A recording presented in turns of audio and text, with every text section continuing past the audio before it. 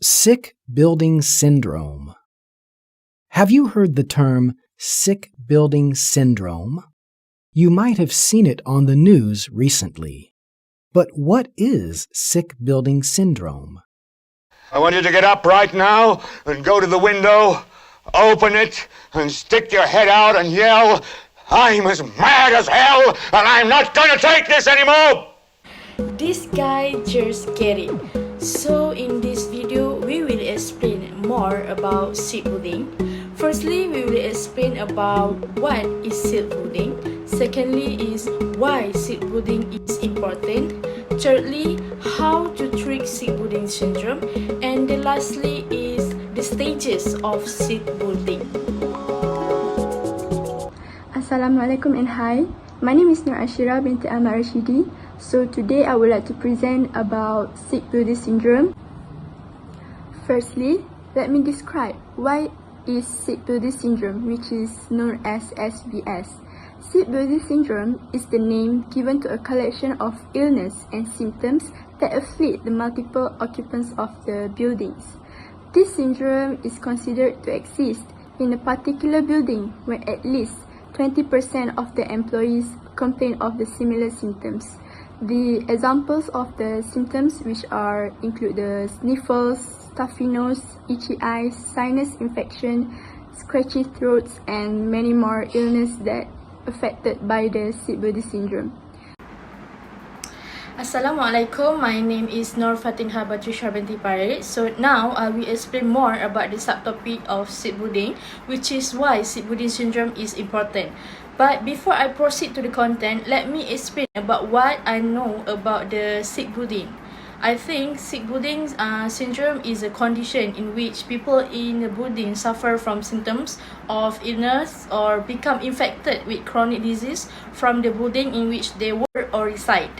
Sick building syndrome has also been used to describe staff concerns in post-war brutalist style buildings with defects in their construction materials or assembly process and or inadequate maintenance. Now I will explain about why sick building is important. This is because a majority of adults spend a minimum of 8 hours a day inside an office building, and most people in Malaysia are indoors for 80% of the time that they are awake. Sick building syndromes can affect your skin, respiratory, and neurological systems. You may mistakenly self-diagnose yourself with a cold or flu.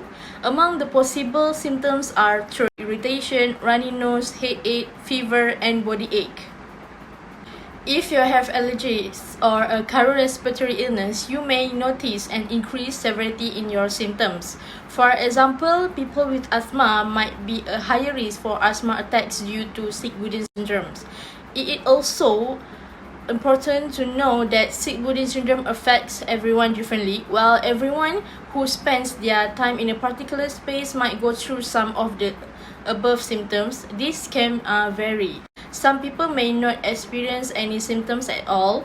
Others may experience symptoms after leaving the building in question. This may be due to repeated or long-term exposure. Assalamualaikum.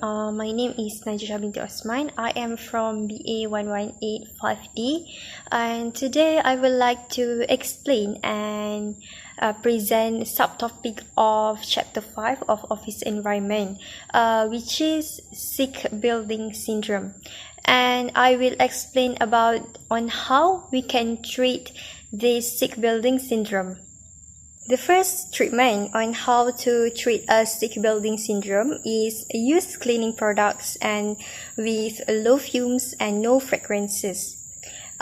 Use low fume products is actually they contain of VOC, which is we call it as volatile organic compounds. It is an organic chemicals that have a high vapor pressure for room temperature, and it is actually suitable for indoor cleaning.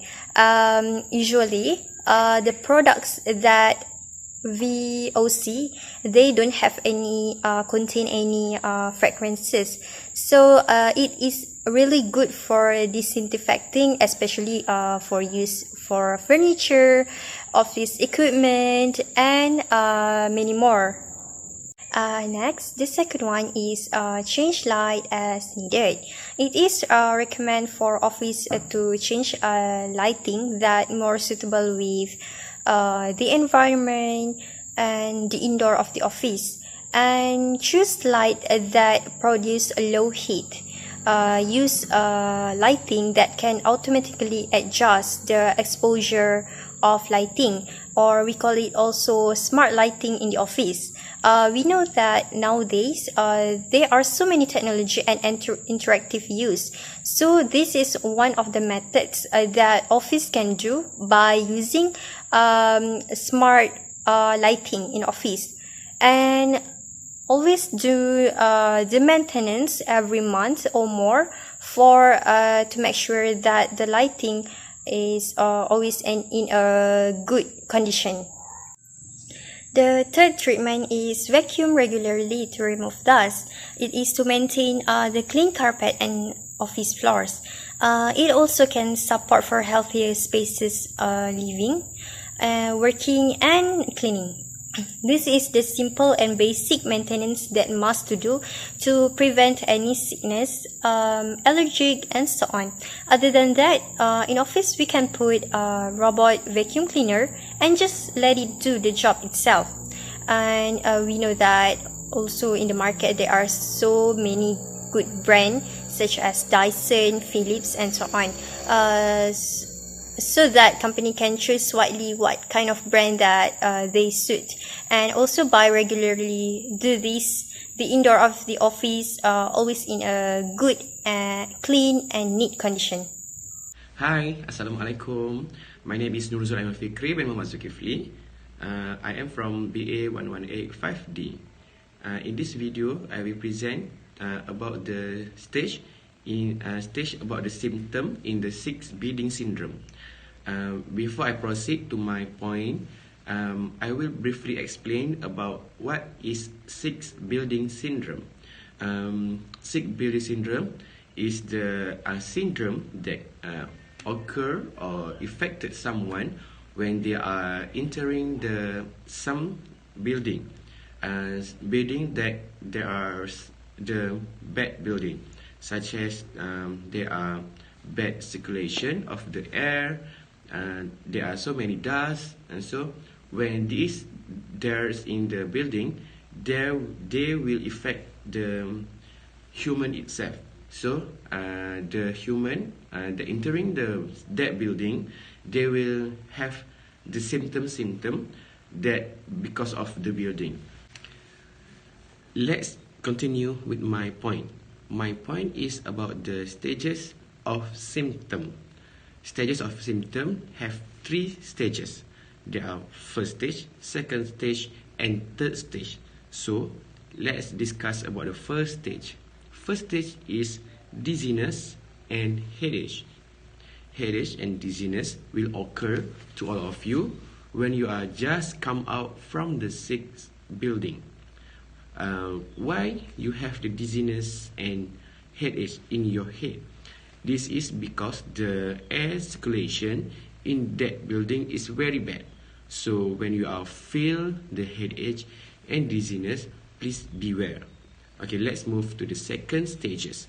The symptom in the second stages quite bad because you may feel swelling and itching.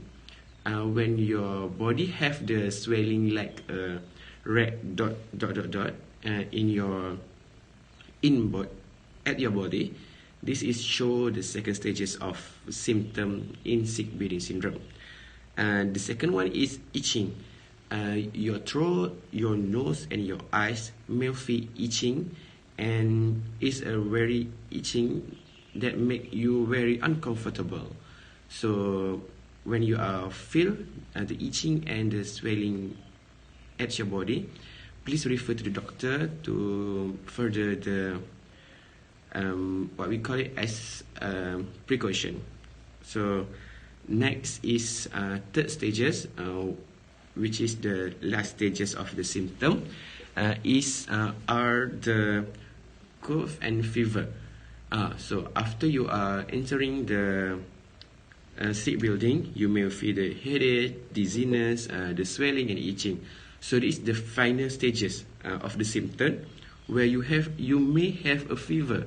So when you have the fever, this really show that the building is very sick, and you may need a doctor to make a precaution to you because of the sick building.